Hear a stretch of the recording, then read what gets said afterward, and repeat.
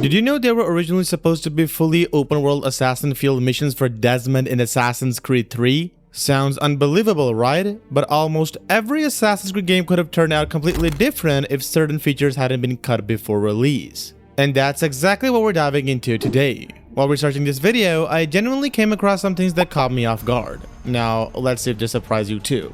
So let's get into it. Connor already carries one of the most brutal arsenals ever seen in the hands of an assassin, like the Assassin Tomahawk, dual pistols, one-handed swords, heavy blades, and of course, the rope dart. And speaking of the rope dart, it wasn't actually part of the game during its early stages. Yep, you heard it right. While researching, I found out that the weapon we know now as a rope dart was originally something completely different. It was called the chain blade. And honestly, judging by the name alone, it already sounds weirdly similar to the Blades of Chaos in the God of War series. But what's even crazier is that it apparently functioned in a somewhat similar way too. According to cut content, Assassin's Creed 3 was originally leaning much harder into a fantastical direction. More supernatural elements connected to the Pieces of Eden were supposedly planned before Ubisoft toned things down later in development. There's still some debate over whether some of the rope dart animations we see in the final game were actually leftovers from the original Chainblade concept, just reworked to fit the more grounded tone. Which honestly feels like a little hypocritical from Ubisoft's side, considering the fact that the series already has supernatural elements like the Pieces of Eden, so adding something like this probably wouldn't have hurt the story or the tone at all. Remember the hook blade from AC Revelations? It was apparently supposed to make a huge comeback in Black Flag. And the more you think about it, the more perfect it sounds. You're playing as a pirate who spends half the game swinging across ropes and jumping through rigging while boarding enemy ships. So a tool specifically designed for extending your reach and sliding across zip lines feels like it was practically built for Black Flag's gameplay. So why was it removed then? Well, the reason is kind of hilarious. According to the developers, they realized that giving a pirate a giant hook attached to his arm was just a little too cliche. They were worried that Edward would start looking less like a grounded assassin and more like a walking Captain Hook stereotype. So to avoid leading too hard into the usual pirate aesthetic, the hook blade was scrapped. Quite insane when you think about it, because this is the same game where you can harpoon massive sharks from a tiny boat and wear near bulletproof armor crafted from ancient Mayan secrets. But apparently, a pirate using a hook was where Ubisoft finally decided things were becoming unrealistic.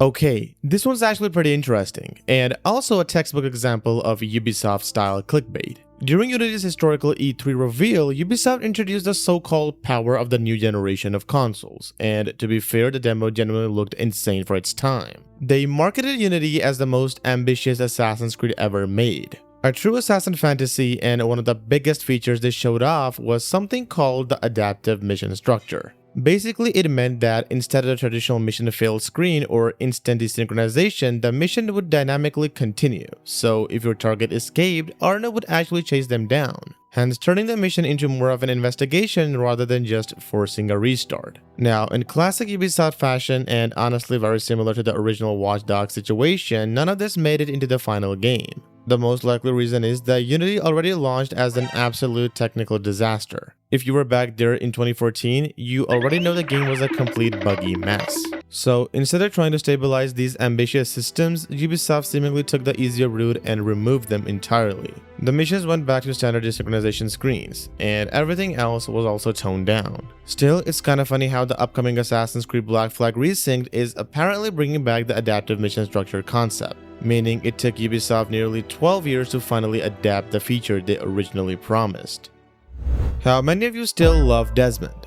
Probably everyone who grew up with the original Assassin's Creed saga. And honestly, after everything Ubisoft built up around him, it makes sense. Now sure, we did get to play as Desmond during the modern day sections of Assassin's Creed 3, but here's the crazy part. Originally, Desmond and Connor were both supposed to be fully playable protagonists in their own timelines. Yep, that was apparently the actual plan. Early concepts for Assassin's Creed 3 reportedly included full modern-day open-world sections where Desmond would climb skyscrapers using modern technology and assassinate high-ranking Templars. And honestly, it would have made perfect sense. Ubisoft had been hinting at this direction since the very first Assassin's Creed. The moment Desmond experienced the bleeding effect, you could clearly tell they were building him up for something much bigger. Then AC2 doubled down on it completely. The entire modern-day storyline revolved around training Desmond to the point where we literally got to play as him escaping through Monteriggioni and learning assassin abilities. Everything pointed toward him eventually becoming a fully playable protagonist in future games, especially considering how massive and ambitious AC3 was shaping up to be in the early 2010s. But instead, what we got were a few short linear sequences with little bits and pieces of that vision still left in, as it would have consumed the already massive budget a lot. And honestly, even back then, something always felt missing. Like Ubisoft was clearly building towards something bigger and then suddenly stopped halfway through.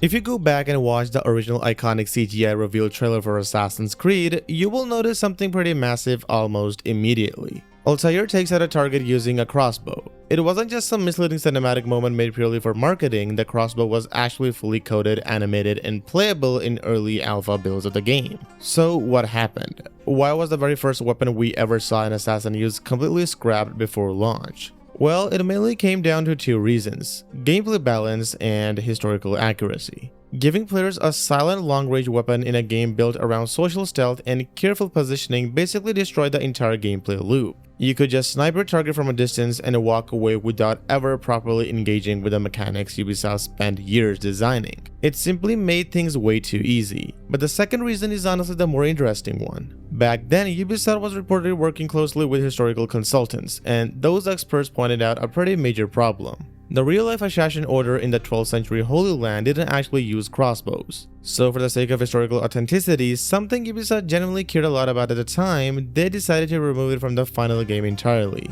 Which is honestly hilarious to think about now, because years later the series would go on to include things like heat-seeking arrows and mythical creatures. But back in 2007, a historically inaccurate crossbow was apparently where Ubisoft drew the line.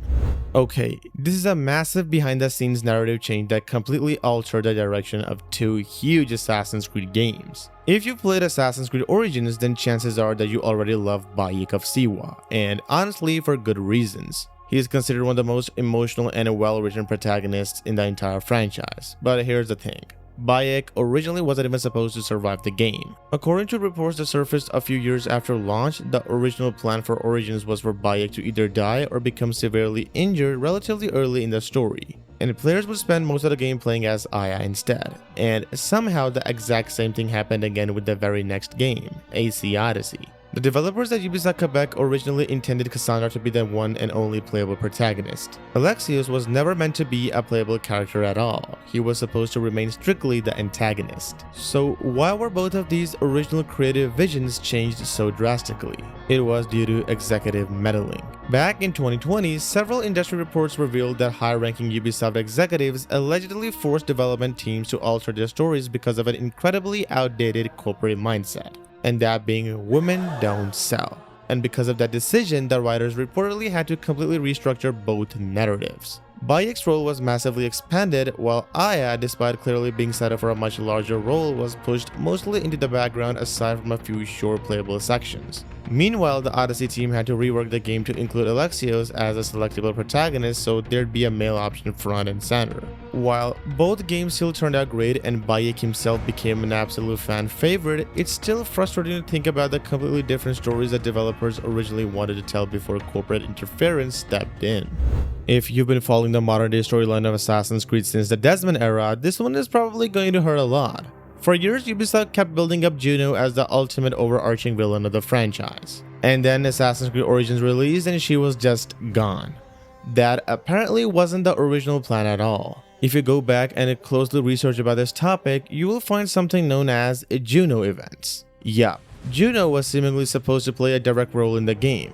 Now, we still don't know how these events would have worked narratively, but community theories and data mining strongly suggest that they were planned as large-scale Isu-related world events. Essentially, anomalies manifesting through the Animus as Juno grew stronger in the modern day. And honestly, that sounds way more interesting than what we eventually got. So what happened then? Ubisoft didn't entirely throw the mechanics away, instead it looks like they repurposed them. Those large-scale timed encounters seemingly evolved into the Trials of the Gods live service events, where Bayek fights gigantic manifestations of Egyptian gods like Anubis and Sobek. And sure, those boss fights were visually cool, but the real issue here is what this says about Juno's storyline as a whole. Ubisoft completely abandoned the entire arc. The franchise's biggest long-running villain was ultimately killed off outside the games in a random tie-in comic that most players didn't even know existed. And honestly, that's still one of the most frustrating decisions Ubisoft has ever made with Assassin's Creed. Naval combat is the most revolutionary thing for Assassin's Creed. Ever since Black Flag turned sailing the open seas into an experience of a lifetime, Ubisoft kept trying to recapture that same magic again and again, especially with the newer RPG titles like AC Odyssey. So when Valhalla was announced, a game that literally centered around Vikings and their iconic longships, fans naturally assumed we were about to get another huge naval warfare experience. And interestingly enough, early in development, that actually was the plan. The producer of the game later revealed that the team originally intended to include full ship-to-ship combat, and early concepts even involved mechanics like firing flaming arrows between Viking longships to recreate that classic naval chaos. So why was it removed completely? Believe it or not, again, historical accuracy. Once the developers started digging deeper into Viking history, their consultants pointed out a pretty major issue. Vikings didn't really engage in large-scale naval warfare the way pirates did. Their longships were basically not built to function like a floating war machine exchanging cannon fire in the middle of the ocean. They were designed for speed, shallow water travel, and quickly transporting raiders onto land. Because of that, Ubisoft ended up scrapping naval combat almost entirely. In fact, they even redesigned the geography of the game around that decision. That's why Valhalla barely has any massive open seas. Most of the water traversal is limited to rivers and coastal routes meant mainly for exploration, music, and launching raids. But it also becomes really funny once you remember the rest of the game, because this is still the same Assassin's Creed where Eivor can wield glowing Issa weapons and visit Asgard. But Vikings shooting flaming arrows at each other from boats, that was where Ubisoft finally decided things were getting too unrealistic. AC2 is legendary for a lot of reasons, but one of the most underrated details is how naturally it lets you watch Ezio grow up. Over the span of more than 2 decades, we see him go from a clean-shaven teenager into a bearded, battle-hardened mentor. But here's something you probably never really questioned. While Ezio ages beautifully, almost everyone around him basically stays exactly the same. Well, it turns out that wasn't always the plan. Originally, Ubisoft reportedly planned a fully dynamic aging system for supporting characters as well. If you dig deep into the game's files, data miners have found unused older character models and weather textures for key NPCs like Leonardo da Vinci and Mario Auditore.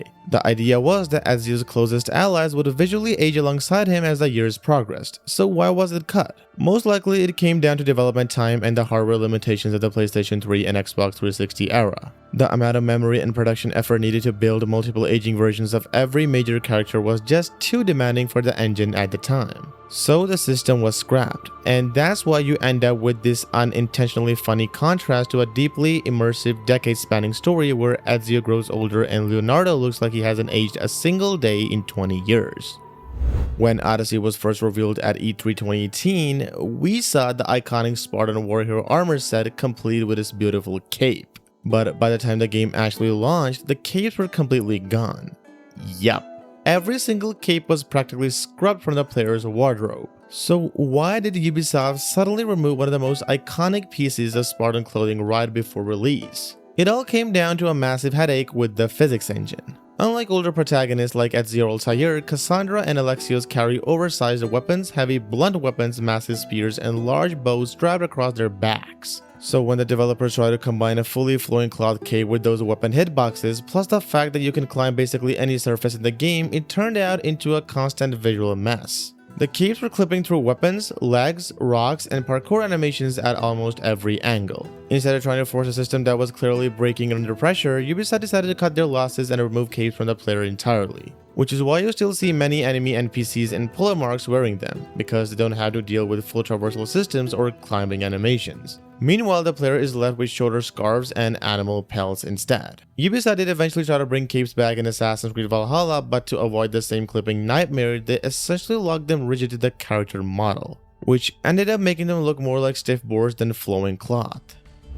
And that was all for today, and I know there are tons and tons of more content that was removed from the franchise, but don't worry, as we will make a full-on dedicated video of every piece of content that was removed in the future. Or to put it in most simple words, once we have reached a certain level of subscribers, we will make it. So if you like this one, make sure to give it a big thumbs up. And hopefully you will also like our next ones. So subscribe for that, and we'll see you in the next one.